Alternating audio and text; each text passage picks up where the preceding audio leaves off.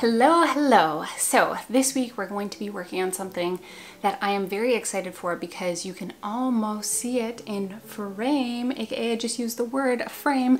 We're going to be framing this custom art piece that I made myself 1 week ago or 2 weeks ago. I had uploaded the video, but like literally I became an artist in this video. Very impressed with myself just because of where I started, which is no skills. But as you can see, it is just a bare canvas with no frame and I don't love the look of that. And what I want is for this to look vintagey and look really luxurious, if you will. And when I was looking to see what type of frame I could get, I just couldn't see any that were off the shelf that were in this size. That meant that my only option would be to get a custom frame, which can be super, super expensive, especially in the type of vintagey design that I would want. But is that the only option?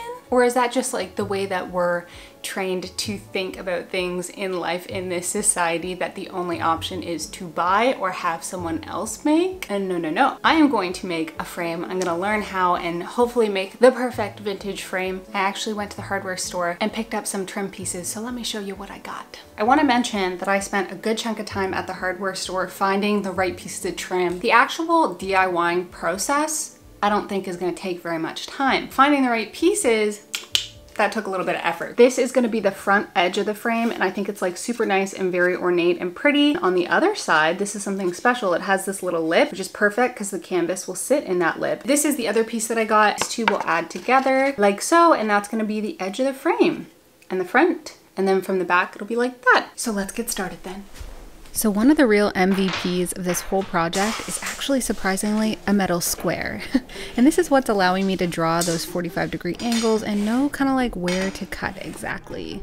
And then to make all of the cuts, I'm actually going to be using my electric miter saw, and I haven't actually used one of these in over a year. Did a quick little outfit change just because I don't think you're supposed to use saws in like loose clothing, so. Exhibit A, non-loose clothing. This is for if sawdust ever goes flying or even if anything ever happens with the blade or a piece goes flying. And now I'm really warm and my glasses are fogging up. I think one of the big hindrances for a lot of people doing DIYs, especially with power tools, is that it seems dangerous. And to be honest, even I feel uneasy when it's been a while and I haven't used a specific tool, especially a saw. So what makes me feel a lot better is actually to watch some safety videos, some instruction videos right before I'm going to use it. That acts as a really good refresher and also just makes me feel more comfortable and confident in what I'm supposed to do.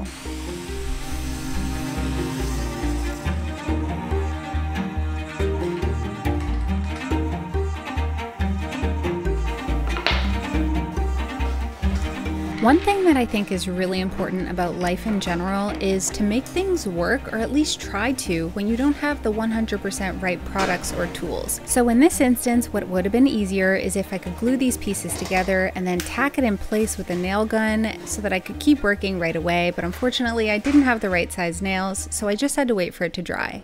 I decided I'm going to build the two frames separately, like the front and the back, and I'm just going to glue them together. That's for like speed, simplicity, etc. This is now the back.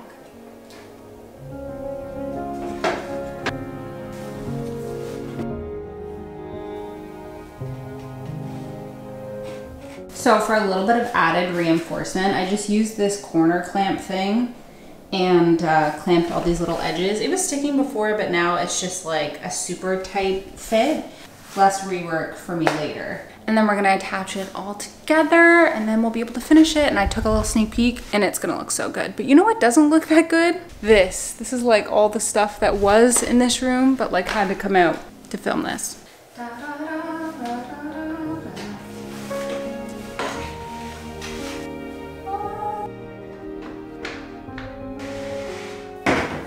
This, my friends, is the front piece. And it looks so good. So I'm really excited. So what I'm gonna do now is attach these bad boys together. I really did toy with a couple different ideas of how to assemble this. Like, should I attach the trim pieces together first and then glue the four corners together? But this is just what worked the best. And have you ever had that kind of feeling where you work on something and you really want it to fit perfectly? It's perfect, I'm excited, wahoo. And it does.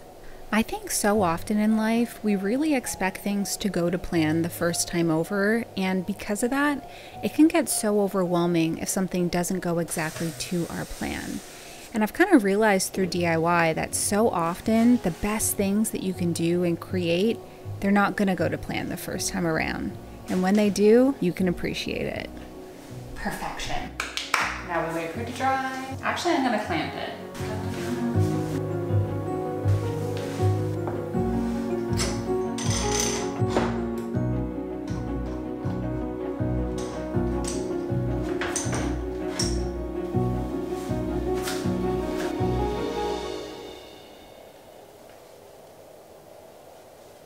The frame's complete. Just kidding, it's not finished, but it's looking good. Gotta say that. That canvas fits right in it. It's not fitting in, it's not fitting in, let's see. Honestly, this is such a tight fit. This would never fall off of it. Success. Time to finish it. So remember how I wanted this frame to be very vintagey and look expensive and old and gold? Well, the first step for that is going to be to paint the whole frame black. And that's because we want that underneath tone to be darker. We want the black to go into all the little nooks and crannies, make the end design look even more 3D and deep, and just have some contrast in there.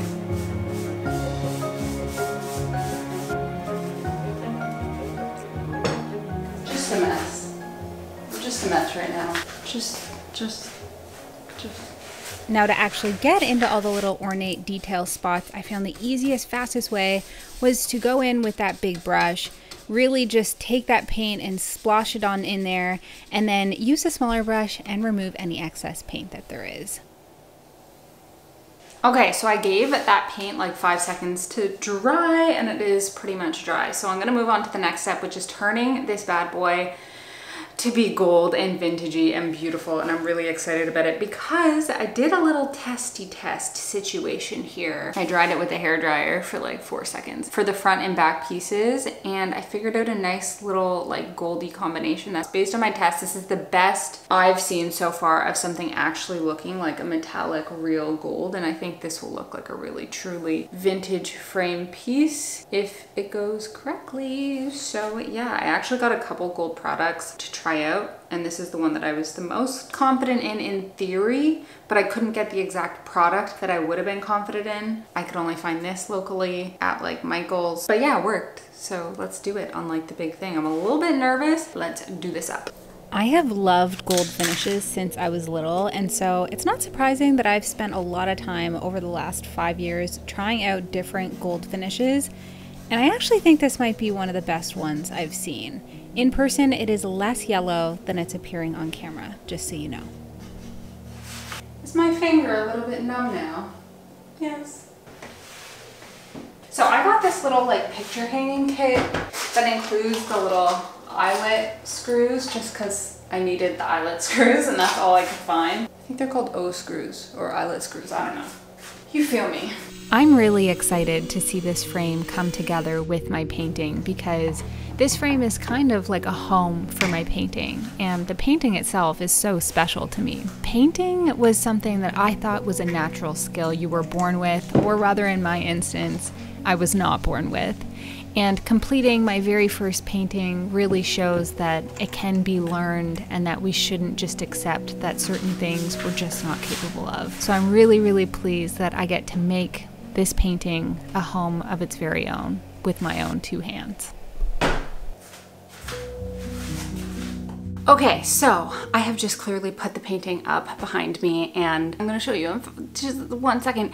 I just wanna say one thought, which is that this turned out exactly as I envisioned. And you know what? This actually proves that you can do it yourself. You can build it yourself, and you can bring something to life, and it can look as good as you envisioned and better than what you could buy in store. So without further ado, are you ready? I'm going to move my hand in 5, 4, 3, 2, 1.